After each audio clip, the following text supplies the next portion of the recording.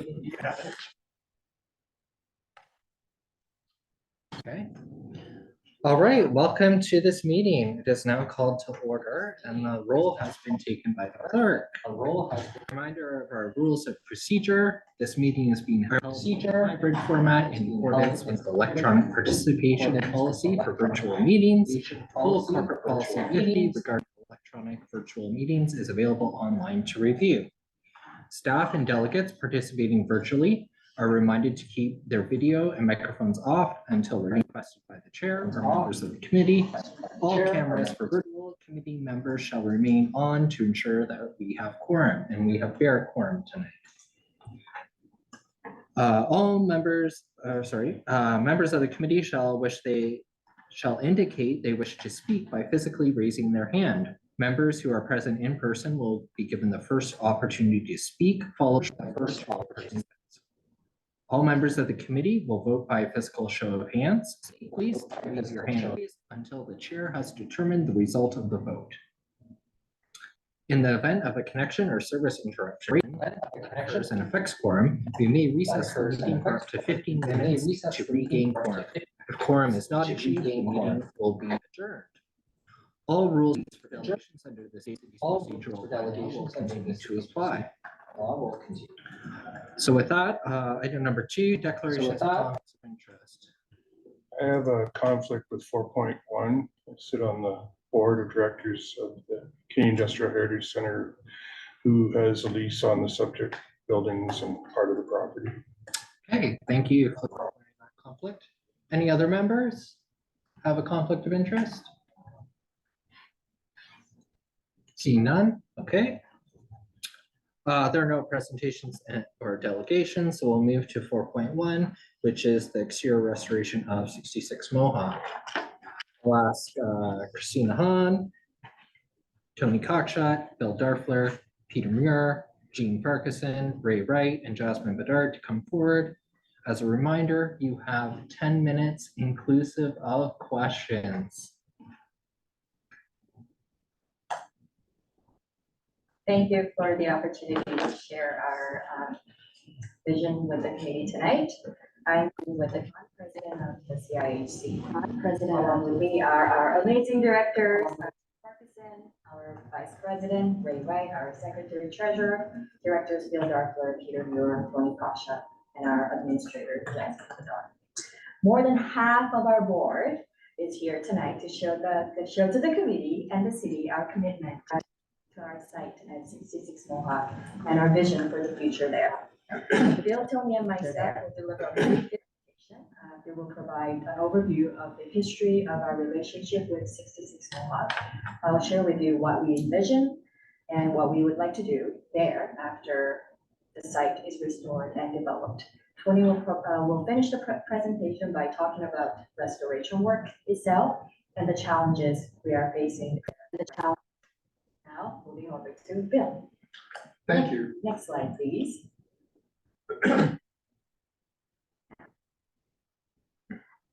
In 1836, the Eagle's Nest tract was owned by the Eagle Company, the owners of what's now 66 Mohawk. 1844 was the general surrender. 1877, the Brantford Plow Works opened on Market Street. In 1903, they moved Cockshott to 66 Mohawk. The New England Company had declared 66 Mohawk surplus. In 1912, the Timekeeper's Cottage had a new facade built, the building to the right of the main office block. In 1948, the 1940 Model 30 tractor made agricultural history. The first tractor with live power takeoff.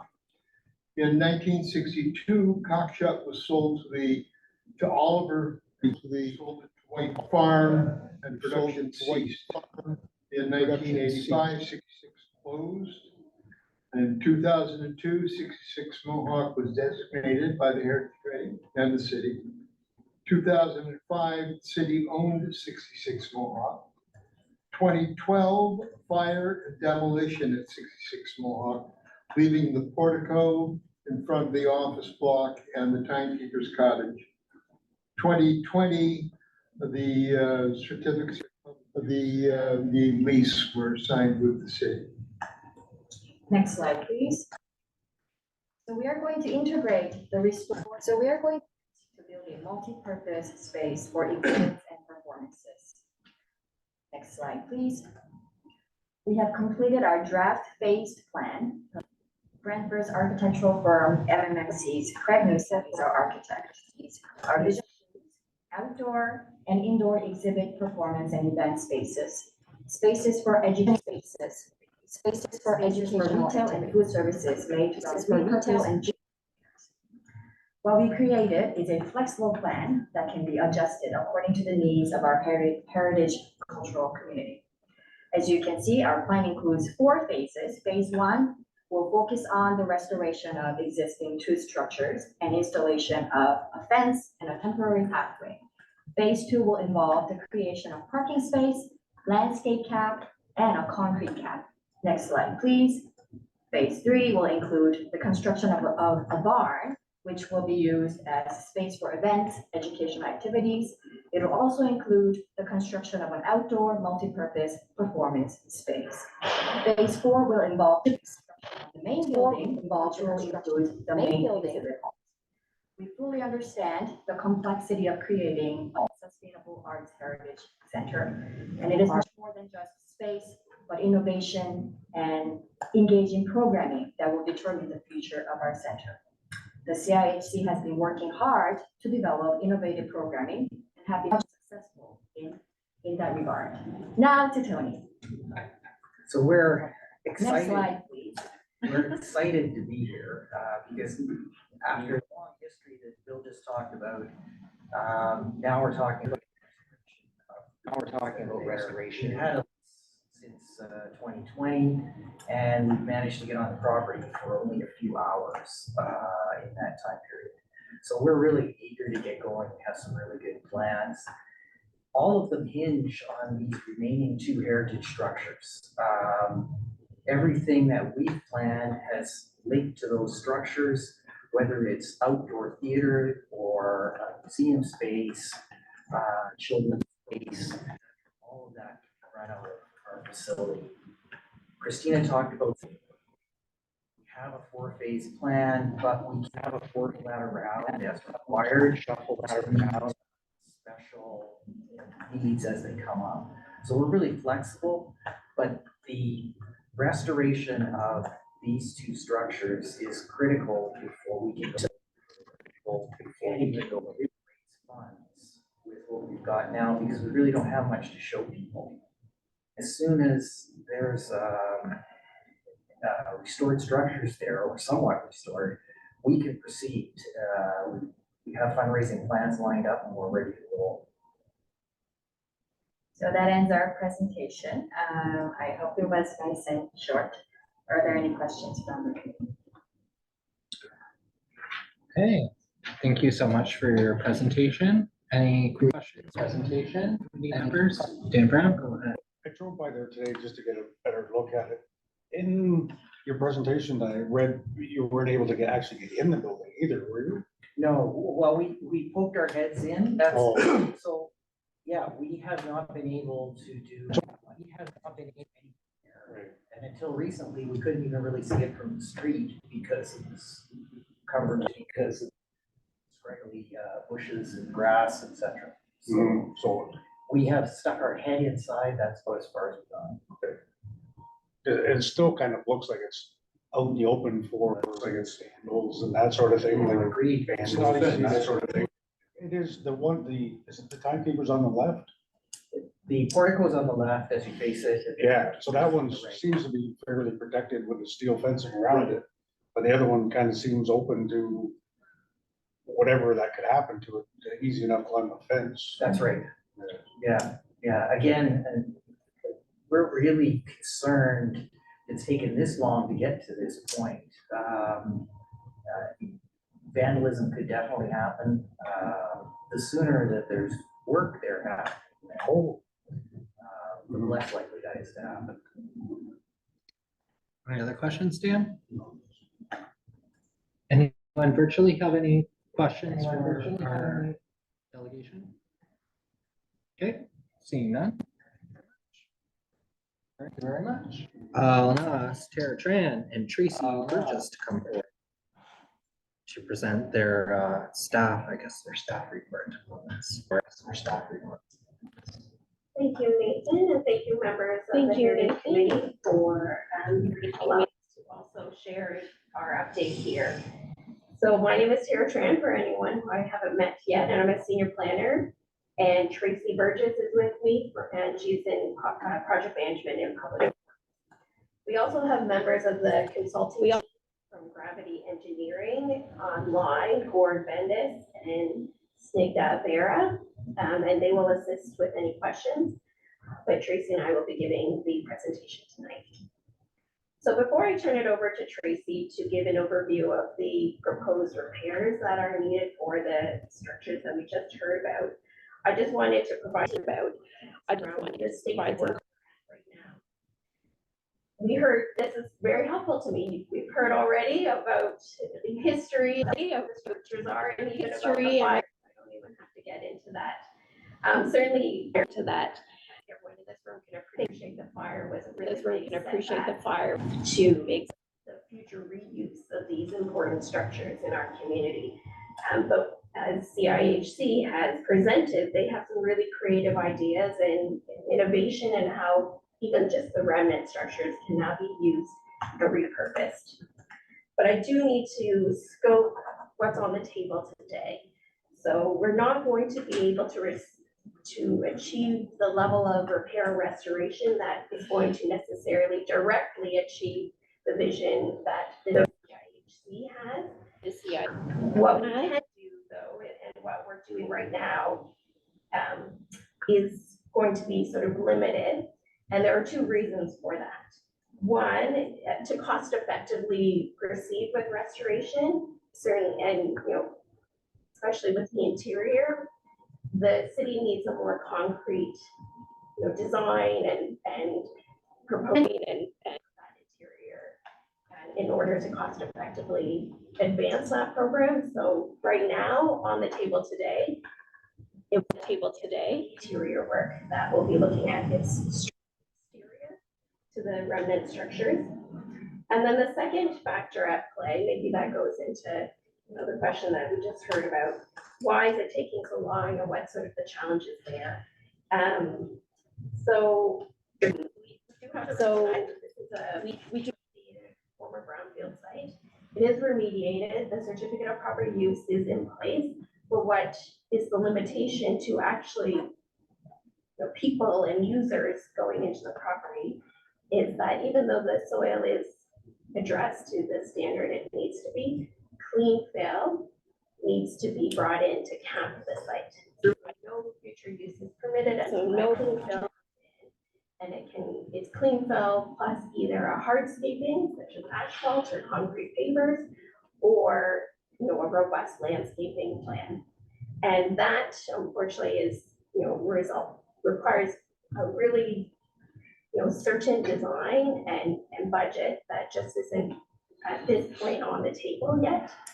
So we are working on a plan that's meant to, like I said in the report, mothball the site, because what is important is preventing further degradation of the structures and ensuring that they are in a good shape to be reused down the road when all of the pieces fall in place. So Tracy is going to go through what we're calling a mothball, sort of a mothballing type project to make sure that there's no more further degradation. And then that will preserve what's left so that when the time comes, when everyone is ready, the building is in good shape to be restored with a purposeful design. So that's where I'm gonna, to Tracy, I did the classic thing of not advancing the slides. So you can probably go to slide 3. Somewhere around there.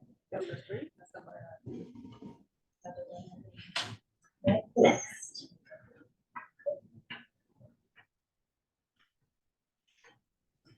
Yeah, here. All right. So we've had Gravity Engineering retained to provide an overview of the building and consulting services for the structures. Here's their 3D laser scan that they've completed to record the condition of the structure. Next slide.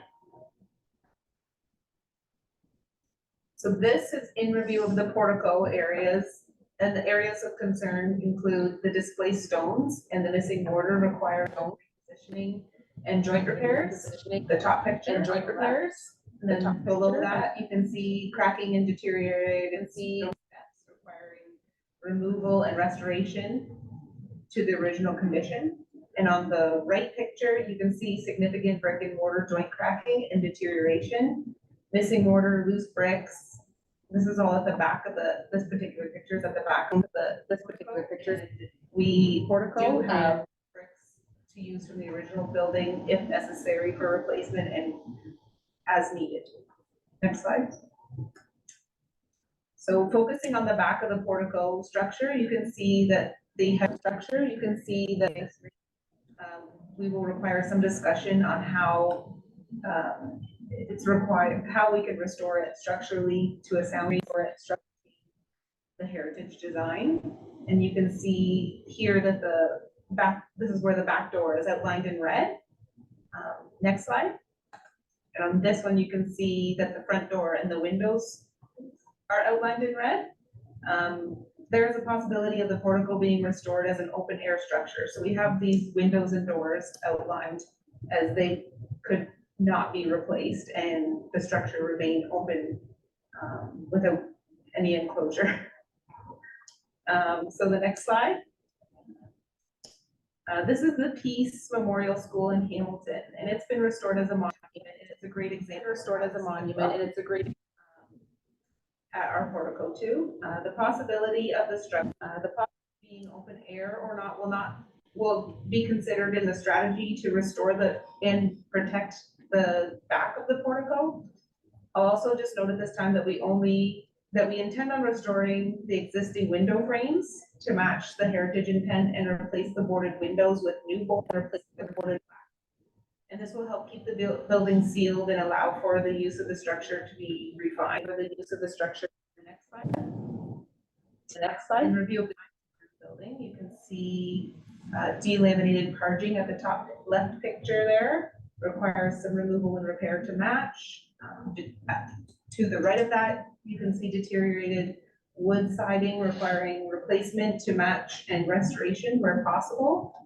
Then below on the left, the time office medallion, the sign dowels are exposed and the medallion requires repair. And then the bottom right, and then the bottom, there's some minor brick and mortar joint crack and mortar replacement. May use repair building as needed.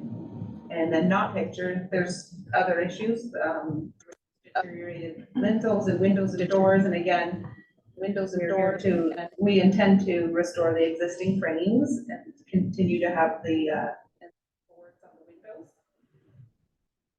And then there's some interior deterioration that was noted, but we will not be restoring that at this time, but we have it noted. And we'll be removing and replacing the vents and louvers and all the frames to match the existing. We're kind of leading into the conceptual design, which you've already shared. Okay, any questions for staff on their presentation? I just have a comment. Yeah. Yeah, like as part of Brownfields too, like I'm excited to see that this is finally getting going and really commend you guys on putting together really great. It's gonna be a wonderful venue for that neighborhood, like there's no question about it. Looks like time is definitely not on your side though, right? So, yeah, I have measures that you can do, like to save those buildings, like the renovation is gonna come along, but yeah, you're right, like there's a lot of construction and soil disturbance, that whole bit is gonna be going on like right at that property, right? So like what structurally have you guys been looking into? Like it's gonna crumble like the way it is. Anybody? I know, right? Yeah, like just the weather right now, but once you start actually excavating around that and getting started on that. Getting started. Yeah, okay. It is a risk and we're sort of also conscious that, the rest of the site could become a construction site. At the same time that CIHC might be starting to utilize it. We'll have to be very careful, I suppose, when the time comes, but fencing around the leased area will definitely help create some energy. Any other questions or comments from committee for staff? Yeah, please go ahead.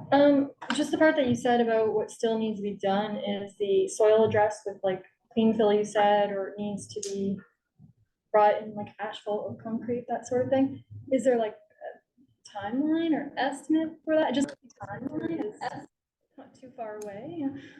That's a good question, and unfortunately, we don't have a timeline for that work. It will occur after this proposed mothballing project. Okay. But unfortunately, no, I don't have a timeline. Yeah. Is there proposed time for the mothball project to begin, or? Anticipate that working on the design, drawings and package over the winter, to do and work over the winter, just because of materials, temperature, to work with materials.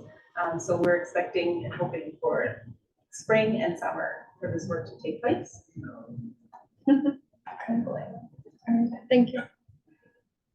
So that's, what year are we in? 2023? So it's 2024. Yes. Yeah. 2024. Oh, I wrote down 2025. I'm getting ahead of myself. I had a couple, I guess, questions or comments. So one note I had too was about the fill, but I think that you kind of touched on that a little bit. It's not happening until afterwards.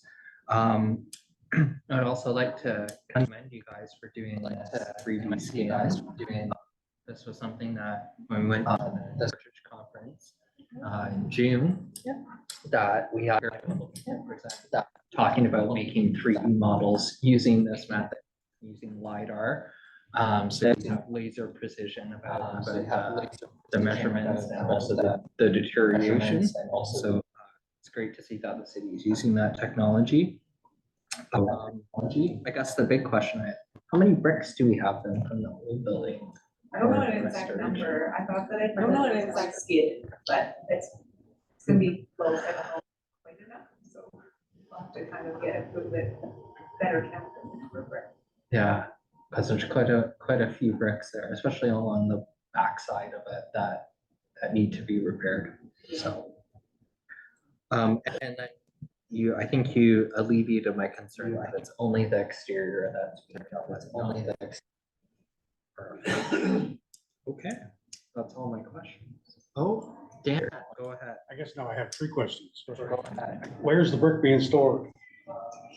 It was being stored at Green River Ave at the transit.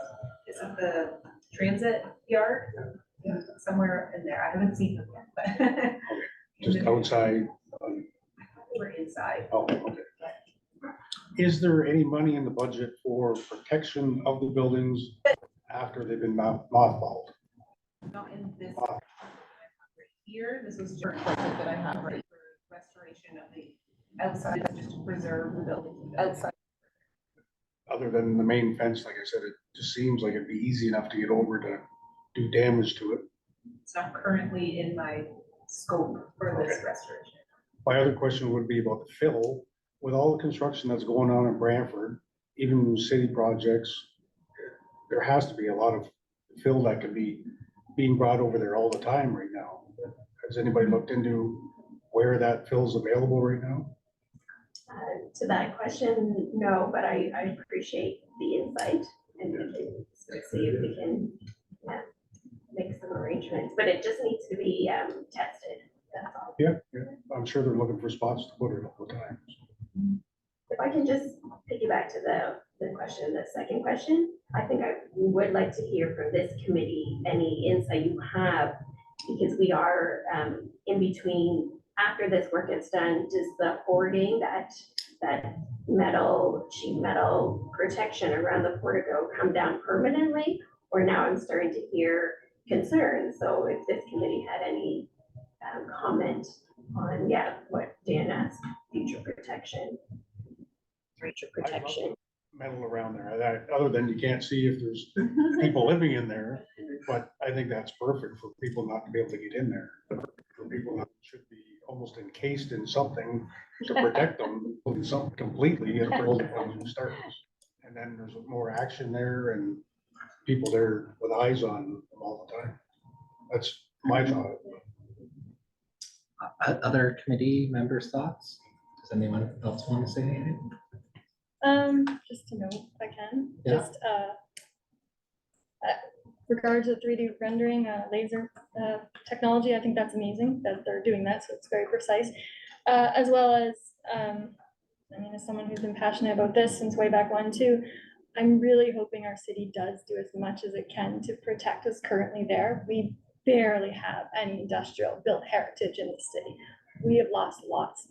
This site is very significant. So that's why I had concerns specifically about the winter. If there's things we can do now, depending on what that winter might be like, it might even be a later winter from the worst of it. I don't know, but I just want our city can remember how significant that site is. I know it was in a lot of people's minds years ago, and hopefully it still is. Years ago. Thank you for the presentation and everybody. I'm very excited for it, very hopeful. I have I'm kind of on board with Dan, and then I'm kind of on board with, considering there's already been fires there, it does make sense that we do want to protect what little bits are left there. But then having, some big enclosure then doesn't really, I don't know, a good sight line or like a good view of it, or right? Or something where if there is something on the outside where you could have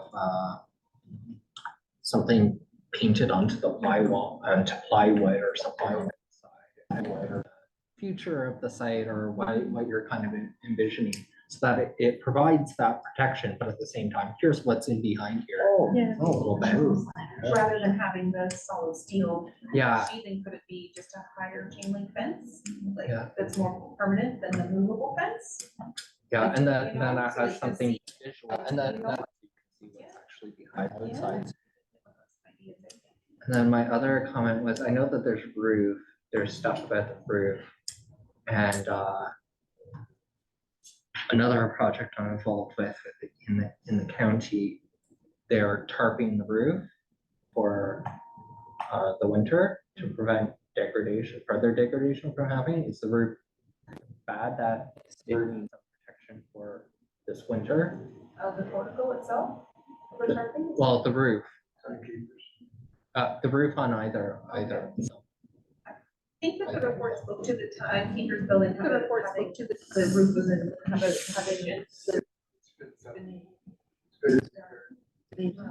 recently, so that structure should be okay. My structure, I wasn't planning on tarping anything. Okay, thank you. Like Tony had a. Yeah, but this is staff's time, staff report, not, you guys had your time. Okay. Okay, so now we're gonna move on, I think, to the motion. So there's a motion there that the report be received, and then we have an opportunity to add comments in. So does anyone have any comments that they would like to add in about this? Yeah, I do think that money should be set aside within the budget for protection during mothballing until the project. okay. Any other committee member have any comments that they would wish to add about this? Happy to see that. The committee is happy Word to, that, Lisa. I took some notes while we were chatting. So in addition to the monetary notation, any other measures available should be taken. The committee supports the undertaking of 3D scans in these structures and recommends that a fence be continued on the property, perhaps with increased sightline opportunities. Okay. Any other comments that we need? Or that haven't been captured? Seeking a mover for those comments, Dan Brown, seconded by Lise. Okay, any further discussion on the comments? Any further discussion on the comments? See none, I'll call the question. All those in favor? Those in favor? Thank you. All those opposed? All those opposed? Okay, that's carried. Bit of a delay. Can we call? Well, Yep. yeah, the sooner the better. Well, yeah, I know. Sooner the better. Well, yeah, I know. We still have a meeting to do, so we're gonna move on to item 4.2. If you're leaving, you're welcome to leave, and we'll call back in our member.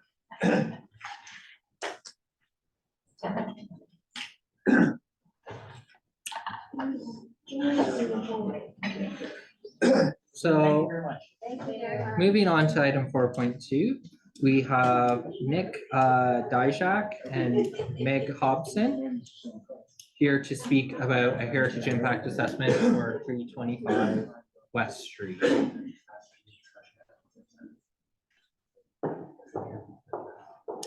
So we'll let them get in, and then they have 10 minutes inclusive of questions.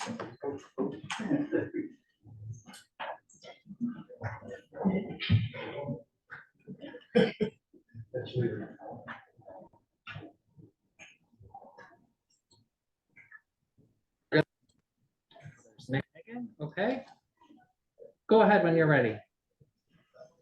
Hi, my name's Megan Hobson, and I'm the Heritage Consultant that did the Heritage Impact Assessment. There were no really identified impacts on this location for what they're planning on doing. So I don't really have a presentation for you this evening, and I don't have any comments to add, but I'm here to answer questions in case you had any. And Nick is here. Nick will speak to the development and the planning application. Sure, thank you, Megan. So the site is an existing office, commercial type development. It's rather large. The proposed development area is situated in the back of the lot. So there were a couple of heritage listed or potentially heritage listed buildings within the property itself, located along West Street. So staff had asked us to do the heritage impact assessment, but the development and site alteration would be situated more than 50 meters away from the site in the back of the site. So we really didn't think it was that much of an impact to the site, but we went ahead and retained Megan Hobson to prepare the report. And like she said, again, we don't see any kind of issues with the identified buildings, where the construction would be a substantial distance away. So yeah, here to answer any questions on what we're intending on doing at the site on West Street. But yeah, that's about it. Okay. Questions for members of the committee? Half of the consultants. Okay, go ahead. So it looks like the primary entrance to the new development part is going to be down Harris Street. Is that what your intention is? So there would be two site accesses to the development. Both would be used by the residential and the commercial developments. So I wouldn't say it's new, but there would be some improvements to both.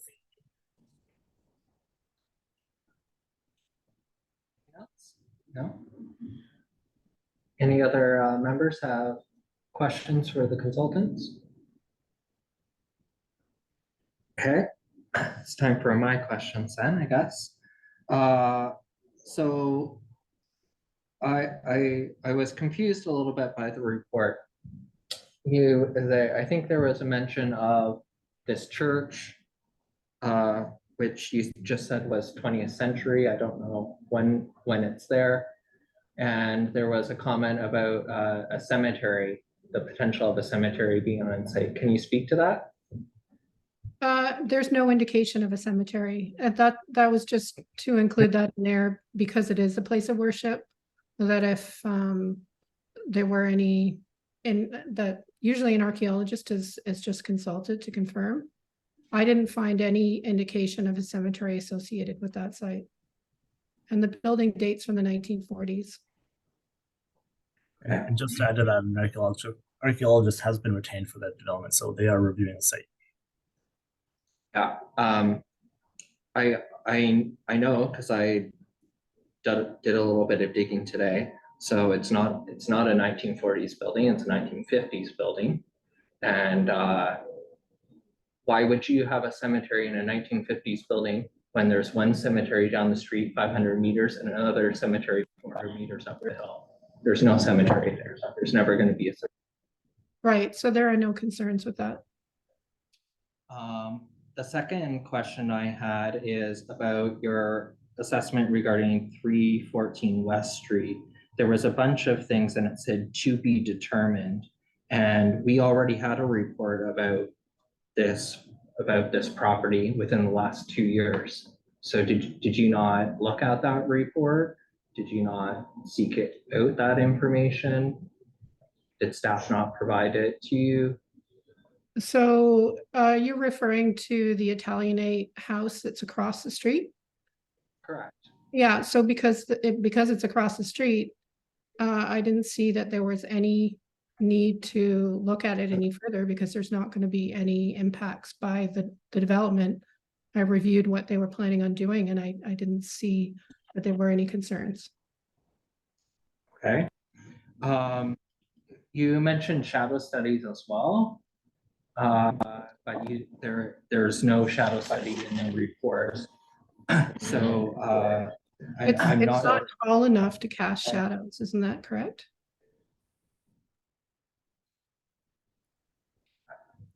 I don't know. That's what the shadow study tells you. Well, usually for something 5 stories, that's not required. Okay. And then did you also assess the property on the north side of Harris Ave and West Street, adjacent to the property on the north side of the street? So on the corner? Correct.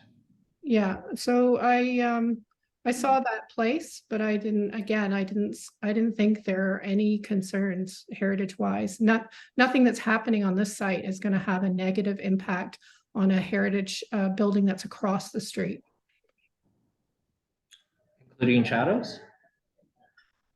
A 5-story building's not going to cast excessive shadows. And there are no heritage attributes associated with these buildings that would be negatively affected by some shadowing. Okay, and my final question is about streams. Where are there previous streams through the site? I don't know that. Okay, that's it for my questions. So, staff, do you have a report with us? No? The chair, if I, with some permission, just to provide some clarity. So the properties identified. Sorry, could we just, I was just a little thrown by that question. This is a commercial plaza. There are no streams on it. Are you talking about historically through the site underground, below ground? That's not something that I would be assessing. I'm talking about earlier streams that are visible on maps. They're not underground streams, or they weren't underground streams at one point. Patrick, sorry? What I want to clarify is, so this heritage study, I guess apology to anyone who's doing this in the future, I seem to be very blurry. This study is looking at the 2 properties that were flagged through the Heritage Register project. The scope is given to the heritage consultant. We do our pre-consultation. As Megan is not an archaeologist, the scope of the HA is not to look at historic watercourses and look for the archaeological potential in depth. She has made the recommendation for due diligence for the applicant to retain an archaeologist just to confirm.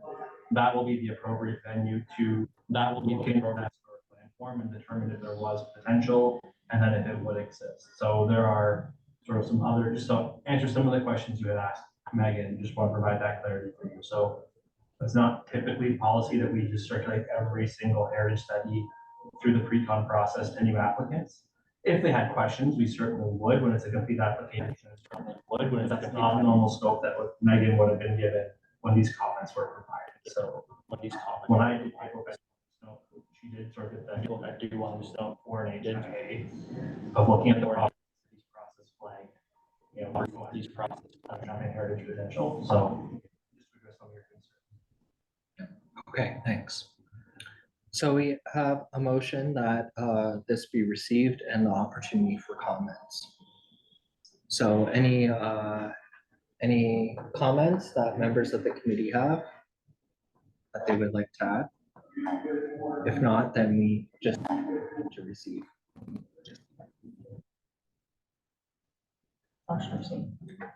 Okay, motion to receive by Tara, seconded by Dan Brown. Any other discussion on this? Okay, seeing none, I'll call the question. All those in favor? Thank you. I declare that carried. Now move on to consent items. Trying to go back through my agenda now. So the first item is our schedule for next year.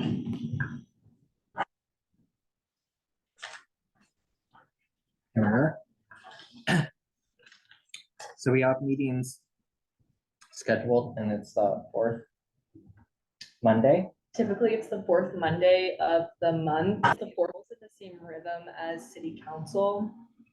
Noting there will be changes, for example, during the week of March break. I believe it's moved ahead a week and then at Christmas time it's moved forward a week. Okay. So we just need, this is just for your information, so help planning your calendar. So you have good notice about our dates are for next year.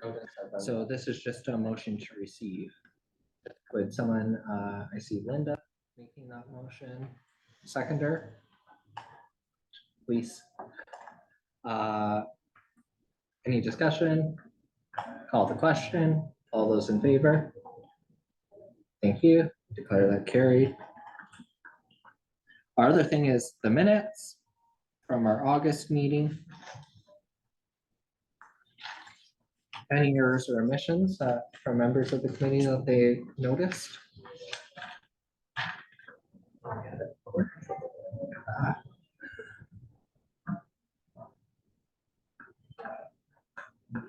Okay, if there's no changes that we need, can I get a motion to approve the minutes? Motion, please. Seconder, please. Mandy? Any other discussion? Seeing none, I'll call a question. All those in favor? Thank you. I declare that carried.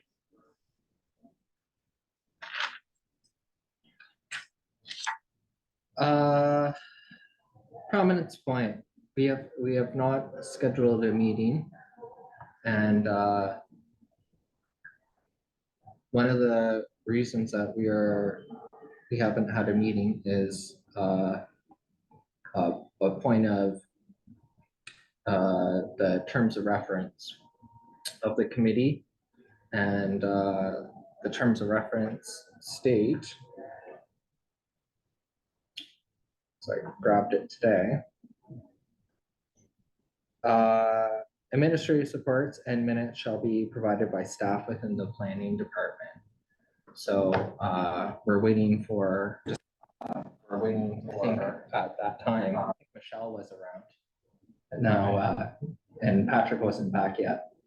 So maybe we can have a doodle poll where we can find out a date that works for everyone. find out a date that I one. talked to the check, I talked to Michelle about that, just the check wasn't there, so. Yeah. See, and then, I'm not sure who the membership is. I'm not sure who the membership is, it was reestablished, so now if you said about that. Yeah.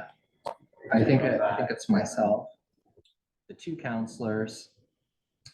Oh, Sandra. And one other person. Through the chair, it is Counselor Samwell, Counselor Sullivan, Nathan, Sandra, and Bev. Oh, and Bev. That's the other person that's right. So hopefully we'll be able to schedule a meeting within the next month. There are no resolutions and no notices of motion. So I seek a motion for adjournment. Dan Brown, thank you.